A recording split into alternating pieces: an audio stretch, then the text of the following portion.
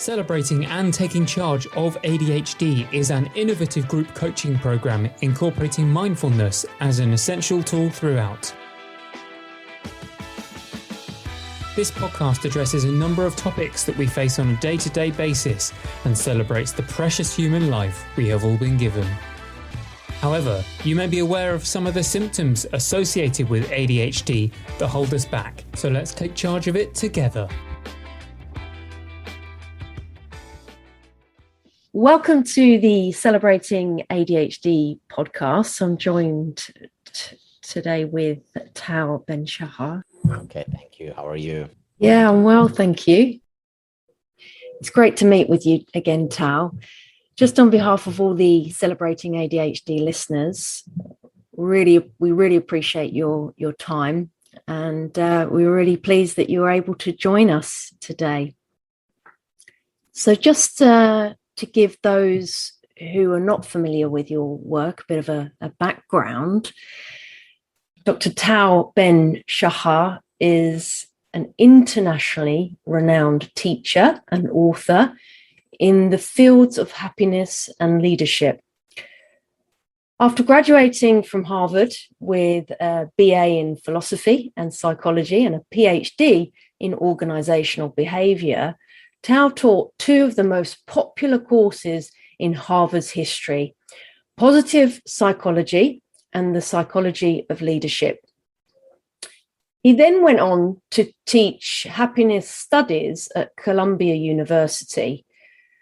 So some of the best-selling books around the world that Tal has written have been translated into more than 30 languages. And some of those include Choose the Life You Want, The Mindful Way to Happiness, Happiness Studies, and Happier. Tal also consults and lectures to executives in multinational corporations, educational institutions, and the general public. Topics include leadership, education, ethics, happiness, self-esteem, resilience, goal setting, and mindfulness. So Tal is also the co-founder of the Happiness Studies Academy, as well as the creator and instructor of the Certificate in Happiness Studies and the Happier School programs. Aside from this, Tal is an avid sportsman and a certified yoga instructor whose work bridges East and Western traditions, ancient wisdoms, and modern technology, science, and art. So, wow, privileged to have Tal with us today on the Celebrating ADHD podcast. Thank you for joining us. Okay, thank you. We're going to address some issues around the symptoms of ADHD. So especially during the lockdown, as we've experienced, many people have had to face them themselves, which has led to an increase in adults being diagnosed with ADHD. And whilst ADHD comes with many superpowers, many benefits, sometimes it's hard for us to recognize it when we're suffering from severe depression to sometimes even to the point of committing suicide. So the leading doctor in the field, Dr. Russell Barkley, is saying that ADHD is not about knowledge, it's about performance, and it should rather be called an intention disorder as opposed to an attention disorder. So my first sort of question to open it up is kind of what are your views on ADHD and how it's currently being defined? Yes, so the way I see it is that, like many psychological phenomena, it resides on a continuum. So it's not a binary 0-1. It's not either I have ADHD or I don't. But rather we're all somewhere on that continuum. The question is, how is that translated into a experience? How do we experience the world? So of course, it's a problem if we experience depression as a result of it. It's not a problem if we experience excitement. in terms of our experience, and second, in terms of our performance. Again, it's a problem if we're not able to to hold a job or to study. It's great if we are creative and innovative. So along these two dimensions, first experience and then performance, we need to look at ADHD and ask: is it harmful? Is it helpful? Or is it neutral and just okay? The thing with ADHD today is that while there are real cases, and some are, I'm familiar with that. First of all, from my own experience with ADHD, as well as from the experience of loved ones and students. There are cases that are really bad and harmful, and we want to do everything that we can to overcome it, including through medication, of course. And yet there are many cases that I've encountered where it's manageable, and yet today we're very quick to medicate. And I think we're going overboard there. By the way, not just with ADHD, the same with depression. Depression is also in a continuum. There is mild sadness and there is major depression. And the question is, how do we treat this phenomenon as the complex phenomenon that it is?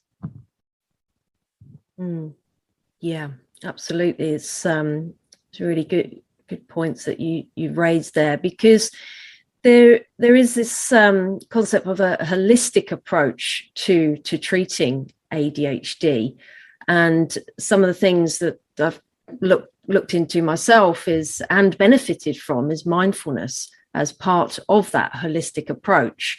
What are your thoughts on that? Well, I mean, if mindfulness is about present moment awareness. It contributes to the well-being of individuals, whether it's through improving concentration for people who are, very good at concentrating. So people who would not classify as ADHD, and it's also helpful for people with ADHD that have more difficulties, keeping their focus. Mindfulness also contributes to physical health. It also contributes to relationships. It also contributes to overall happiness and resilience. So mindfulness is certainly something that I strongly recommend. It's something that I do. I practice mindfulness daily, and as a tool, as an intervention for dealing with ADHD, it's certainly a very powerful one, and it's good because there are no, at least not that we know of, no known negative side effects. Yeah, absolutely. Yeah, you just start to see clearer and see things as they are. Yeah. As a student on your positive psychology course, one of the key takeaways that I got from it is was to simplify, do less rather than more. But as an ADHDer, tend to overcomplicate things and used to make big dramas out of things, or actually see things harder than what they actually are. What advice would you give to create a simpler life? So to create a simpler life, what we need to do is change our internal as well as our external reality. So learning, for example, how to meditate to keep our focus on one thing. Initially, it could be a breath or a physical posture, and we could build that to reading a book and being in a conversation.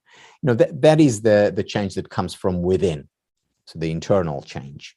We cultivate our concentration muscles, metaphorically speaking.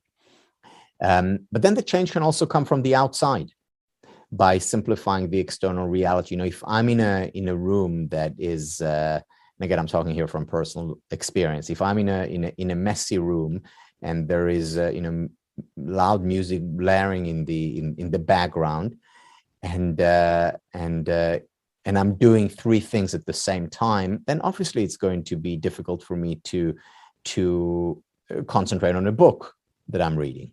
But if I'm in a quiet room and only reading, and doing it, earlier in the day, maybe when I'm less fatigued, then I'm going to be better at concentrating. Moreover, if I do it after I go out for a run, I know, I think that over the years, when people hear that I have ADHD, they're surprised, because they say, well, but you've been studying your whole life. You're of course you can concentrate, and I think what has enabled me to be able to concentrate with at least enough to do well academically, is exercising. I mean, you don't want to see me if I haven't exercised, or talk to me if I haven't exercised for 3 days straight. I'm all over the place, not to mention the fact that I'm a lot more anxious and unhappy. So introducing all these external interventions, whether it's exercise, whether it's simplifying, cleaning our environment, doing less rather than more, that can go a long way. And when the two work together, exercising the internal muscles, as well as creating a healthier, more conducive environment, these can work well together. Now, having said that, for some people, all the work that they do, internal and external, will not be enough. And again, that's why the question is, where are we on that continuum? And sometimes other interventions, such as medication, are essential. Yeah, absolutely. So I read recently that you're a certified yoga instructor. So how does yoga benefit you? Oh, so much. I started yoga. So I was a professional squash player. I actually lived in London for a few years, traveling the continent playing squash. And then I got injured, quite a severe back injury, where not only did my squash career end as a result of that, but I was in constant pain. And one option was to go for a back procedure, but I didn't have to do it immediately, so I waited, and I started to hear from many people that I should try yoga. I'd never done yoga before; it wasn't on my radar, but I heard it from enough people that I said, okay, why don't I try it? And I tried it once, twice, a few times, and I started to notice slight improvement in my back, and but then I started to notice something else, that I was also calmer and more focused when I was doing yoga and doing it regularly. And today, this was 25 years ago since I picked it up. Today, I'm essentially free of backache. Once in a while, I wake up with a slight discomfort in my back, but generally free of backache. And more importantly, have taken up yoga in a very intentional and serious way, to the point that I went to and got my teacher training, not so much because I wanted to teach yoga, but more because I wanted to deepen my practice.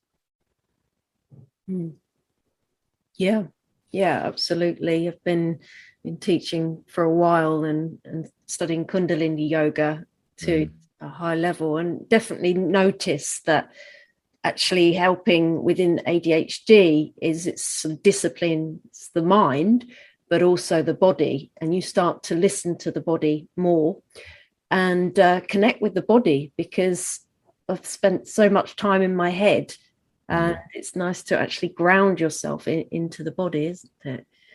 Yeah. And the important thing with yoga that I've found, and I know that many have found, is to learn to identify the type of yoga that's right for you. So initially when I started off with vinyasa, with flow yoga, and I must say I didn't connect to that, and then I moved over to Iyengar and Hatha and more recently Yin, yoga, which are more, the quieter forms of yoga. And more recently, I started getting into vinyasa again, flow yoga or power yoga. And the important thing is to find the right style of yoga, and then the right teacher for yoga, because yoga is a very, it's a general term, and there's been a lot of developments over thousands of years around this field. So how do we find what works best for us? Yeah, that's a really good point. And we all have many perceptions of what yoga is. And when you actually go to study it, it does all come from the one source. And so it's really good to look at that and then get what you want for it, what you need from it. And to experiment, to try out. Yeah, exactly. And that brings me on to learn to fail or fail to learn, which is something that comes up regularly in our group coaching sessions. I'll quote you on that, if you don't mind. So the fear of failure often just blocks our creativity, of our superpower. How could you expand on how to develop the attitude to overcome and just launch into starting things? Yeah, the first thing to do is to understand the cost of the price that we're paying for a fear of failure. Now, I'm not talking about fear that is natural. No one likes to fail, whether it's because we feel embarrassed, whether because it stops a process, holds us back. It's not fun and enjoyable failing, and that's fine. However, there is also the obsessive fear of failure that prevents us from acting, that prevents us from trying. And that is what I'm talking about as harmful and detrimental. If you look at the most successful people in every domain, these are people who embrace failure. Again, don't love failure, but make failure part and parcel of their lives. Why? Because that's how we learn. It's how we learn how to walk. Imagine if you had a child, and you care about that child so much, you wouldn't want them to be hurt, and therefore you wouldn't let them get up, because a child inevitably falls down many times when they try to walk. But you don't let them get up because you don't want them hurt. They'll, good intentions maybe, but dire consequences. That child will never learn how to walk. The same applies in relationships. We fail, we make mistakes in relationships. That's how we learn and grow. The same applies in the workplace. You look at some research by Morgan McCall and Warren Bennis and others on great leaders, whether business, politics. The best of them have made numerous mistakes, learned from them, and moved on. You move on. You look at artists. Actually, this was I think it was in London that I went to an exhibit of Michelangelo's works, but not his final works. Not David, which is in Florence, but everything that came before it, and all his drawings and charts and experiments. And I remember specifically one exhibit had the hand of of David, and Michelangelo drafted that numerous times, and every time he drafted it was a bit different than the previous one. Now, I must say, to me, the first one looked amazing. I wish I could do that, but the 50th one was the one that he used as the model for the real, or for the final version of David. So I think it's important to keep in mind that there is no other way to become a great artist, or a great partner, or a musician, or an athlete, or a walker and talker. We all we need to learn to fail, or fail to learn.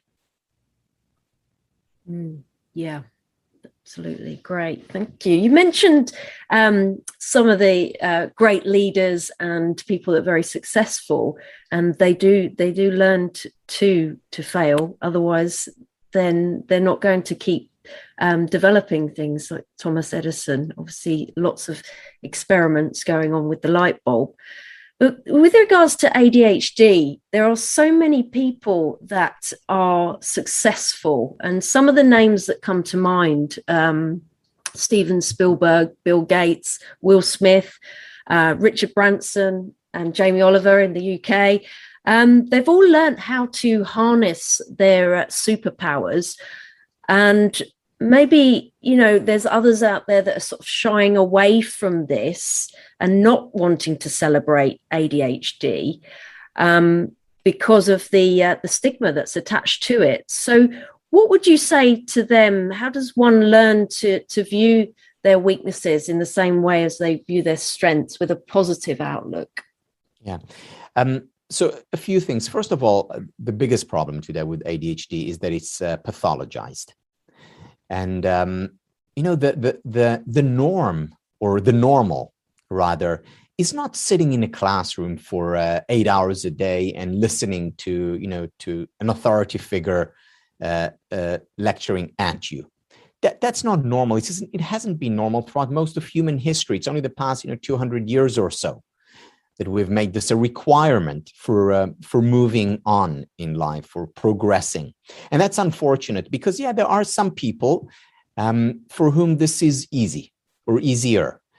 But for most people, it's a real challenge. And some people are able to handle the challenge and others are not. And it's unfortunate that those who struggle with that are pathologized. Now, so from the outset, I wouldn't look at ADHD as a weakness. Yeah, maybe it's a weakness in relation to cultural expectations, which are time specific because it wasn't always this way, and which are not necessarily right or helpful. So rather than looking at it as a problem, as a weakness, why don't we look at our strength? So, for someone, the strength may be, I'm very creative. And obviously, Steven Spielberg would be there, or many or Bill Gates. I've always, I was, in many ways, I was fortunate that I didn't know that I had ADHD. Because imagine, if I was in first grade and I was, I couldn't sit down for long. I was always running around, and physical education was my favorite class, still is, and I was, in class I would speak out of turn. Now, I wasn't you're a good student, not in terms of grades, but in terms of behavior.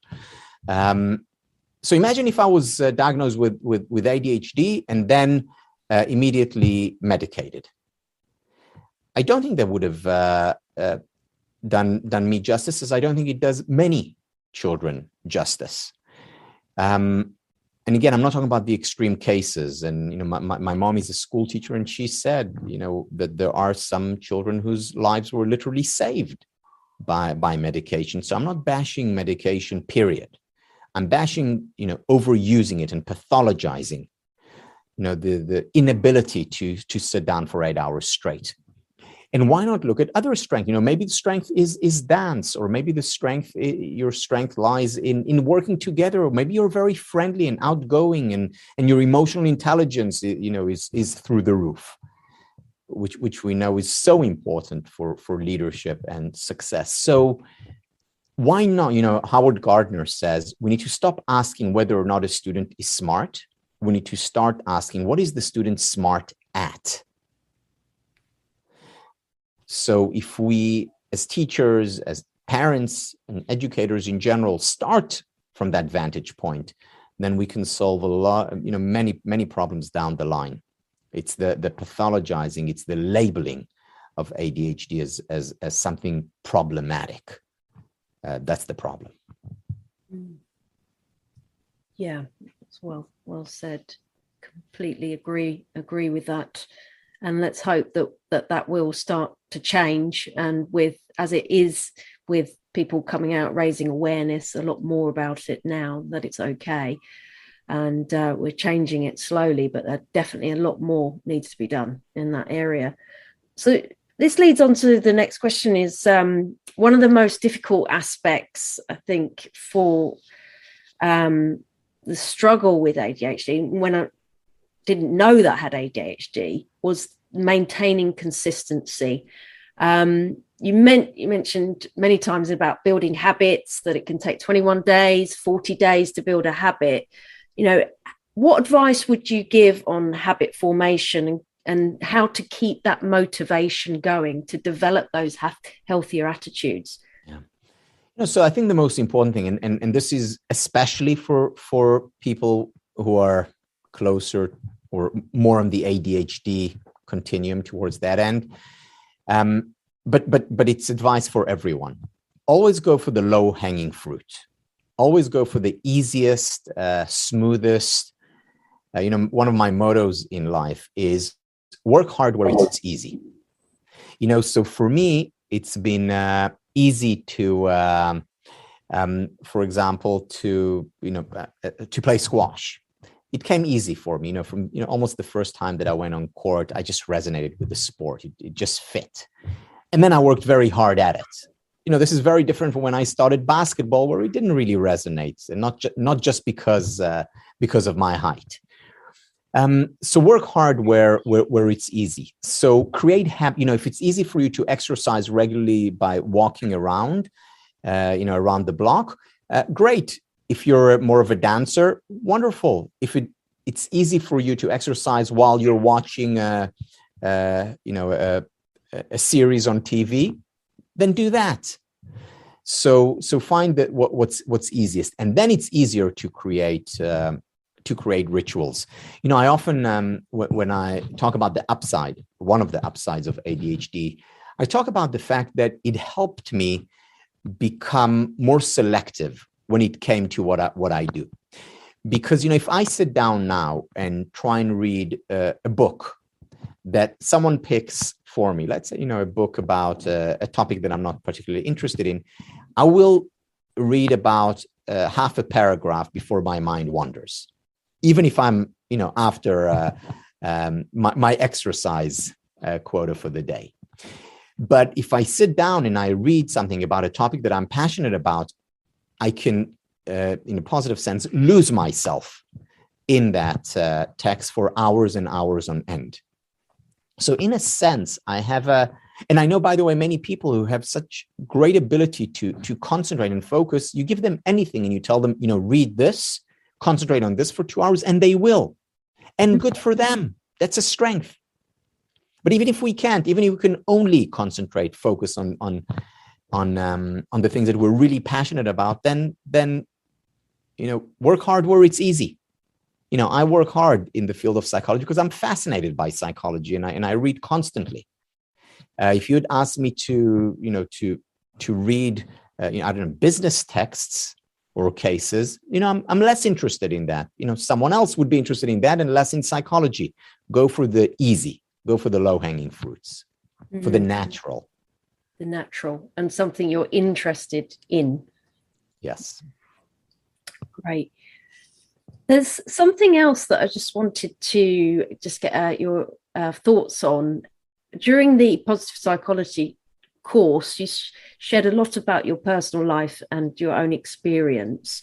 And the Celebrating ADHD course is about a group interaction where people do share their experiences. What are the benefits of being vulnerable, and what would you advise someone who is maybe afraid to share vulnerability? So first of all, the fear of sharing vulnerability is natural and is even important. If I meet a person for the first time and I immediately, just open my heart and share all the things that are, deepest and most intimate, to me, I think that's a problem. If you go on a first date and on the first day, you tell your life story, and with all the vulnerabilities that go with it, it's a problem. You probably won't have a second date. So some fear is natural. It's fine. It's even important. So when we become vulnerable, I'm much more of the school of doing it gradually. Today it's less so because, we have reality TV, and reality TV, you literally see, into people's lives. And I don't find that helpful, maybe from a voyeuristic perspective, we enjoy it or enjoy some of it, but I don't think it's helpful for the people who are vulnerable and for us observing it. I rather think that gradual opening up, and this is why I think, this is where I see the role of intimate relationships, whether it's romantic relationships, whether it's friendships, whether it's within the family or even in the workplace, building up courage and building up trust, and then becoming gradually more and more vulnerable over time. I think that's important and helpful. Why is it important and helpful? Because for the same reason that therapy helps. You go in and you talk to a therapist, and you feel better about yourself. And you go to, you speak to your best friend about things that's on your mind, weighing on you, and you feel better about yourself, because by talking about these things, by opening up, whether it's in writing, whether it's in person, whether it's to a therapist or a friend, we synthesize our experiences and are better able to deal with them. But slowly, gradually. Err on the side of too slow rather than too fast. Yeah, that's great. Conscious of the time, and we've got a few more questions, if that's okay, on the mindfulness side of things, and the positive thinking, because there's kind of within the Mindful Monday sessions, we had a talk. We explored positive versus negative thoughts, sort of being a ratio of sort of 3 to 1. And there was also a study that was conducted saying that if we focus too much on positive thinking and the striving to wanting to be happy all the time, it could actually lead to a negative outcome and depression. So what are your thoughts on that, and how do you get the balance?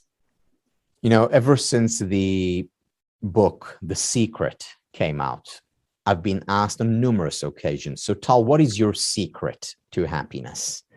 And my response is always, come on, I'm an academic. I'm not into self-help or new age. There's no secret to happiness. There are 3 secrets to happiness, and so I'm going to share them with you now. So the first secret to happiness is reality. The second secret to happiness is reality. And I'm assuming you can guess the third secret by now, which is also reality. When we talk about positive thinking, that's and only positive thinking, that's a problem, because we're ignoring a part of reality. When we talk about negative thinking, it's equally problematic, because we're ignoring a part of reality. In reality, we have the empty and the full part of the glass. In life, we have sadness and fear and envy and anxiety. And we have joy and love and excitement and fascination. So these are natural human emotions. These are natural human experiences. And we need to embrace both. So yes, of course, it's important to focus on the full part of the glass, the things that are going well, the things that we admire and respect and appreciate.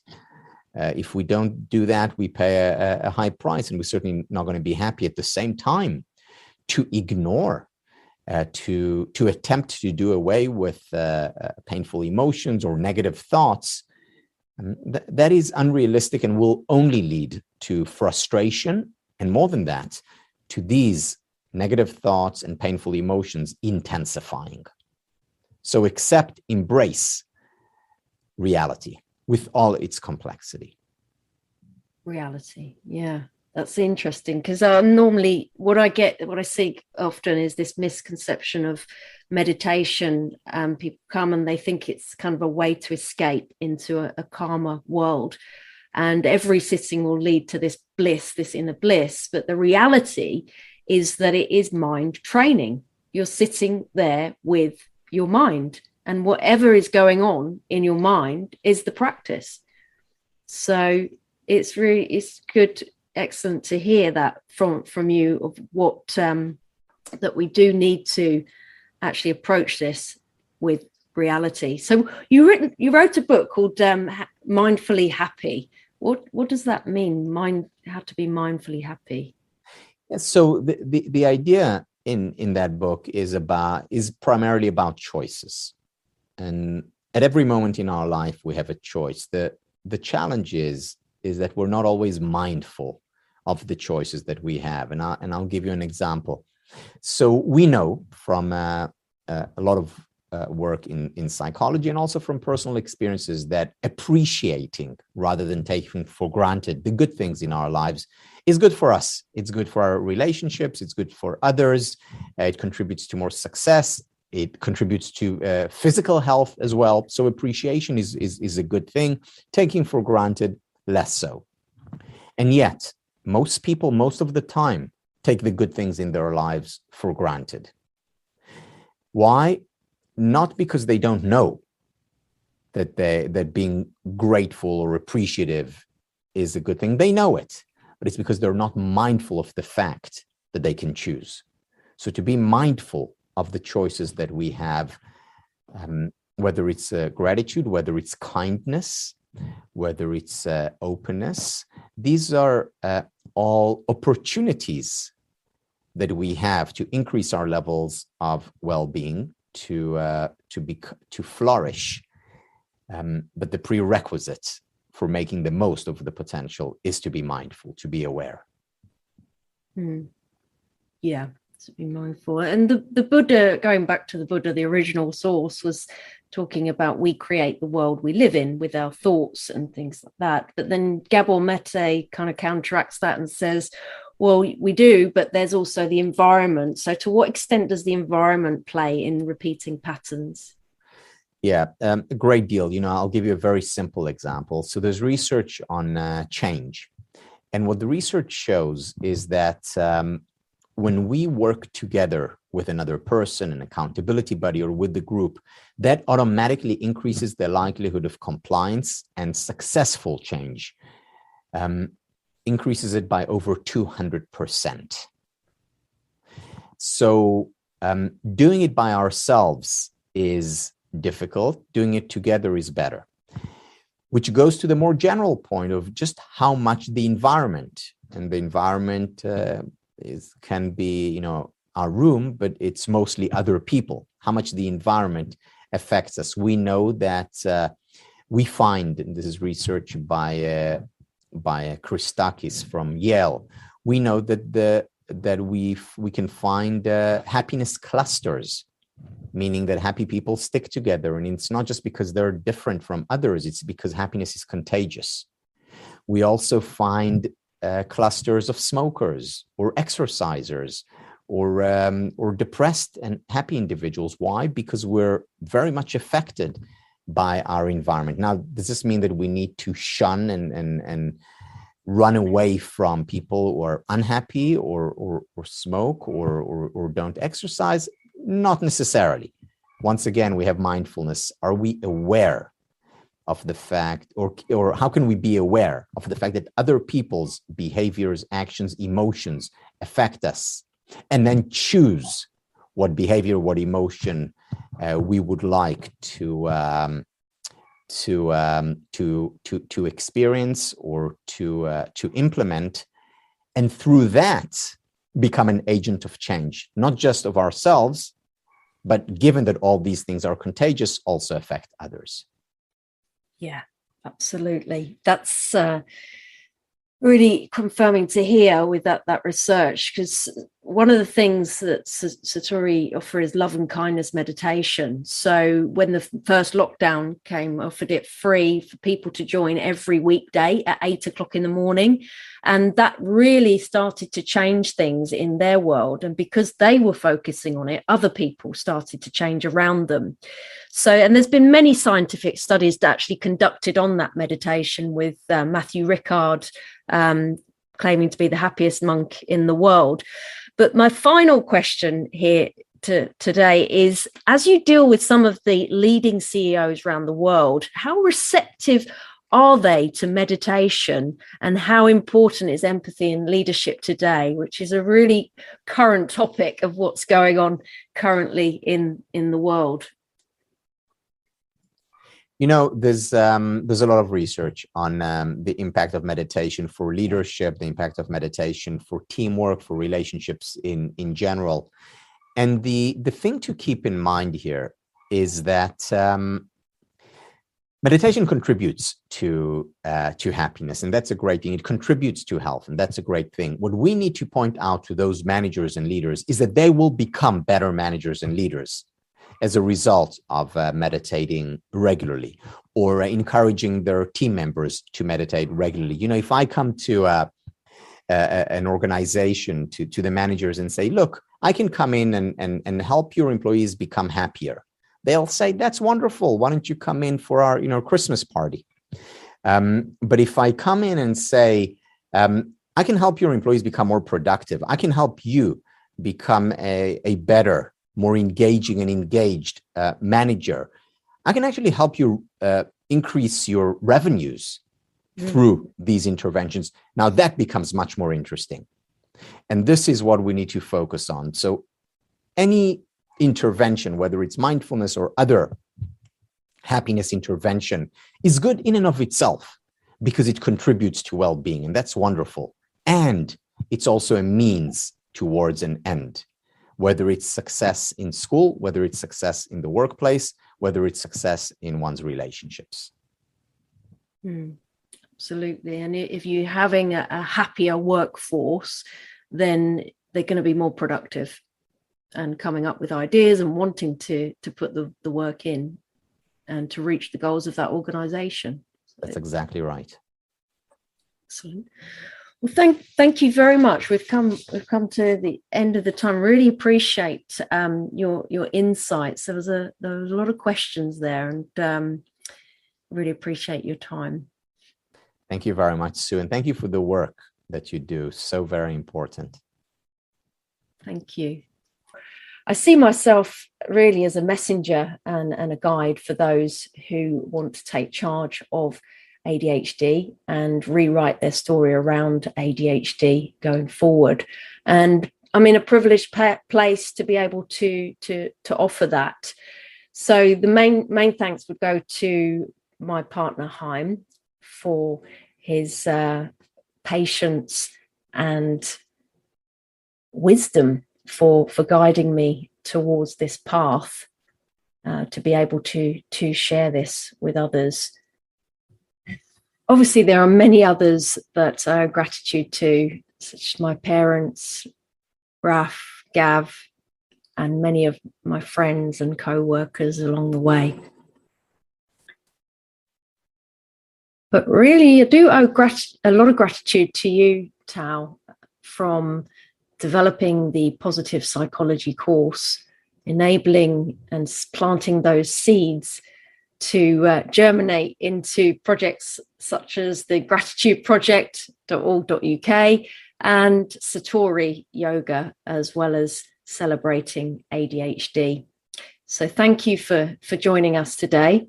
Really appreciate it. And I hope that our listeners will embrace the wisdom that you've shared and apply these things to their life. Thank you for downloading. You've been listening to the Celebrating ADHD podcast, empowering people to reach their full potential. Celebrating ADHD works best combined as a holistic treatment program, so we advise you to consult your health specialist for medical advice. If you are not sure if you have ADHD, please get in touch, as we can recommend a medical expert, as the diagnosis is all part of the journey. One of the best ways to take charge of your ADHD is through connecting with others that have ADHD too.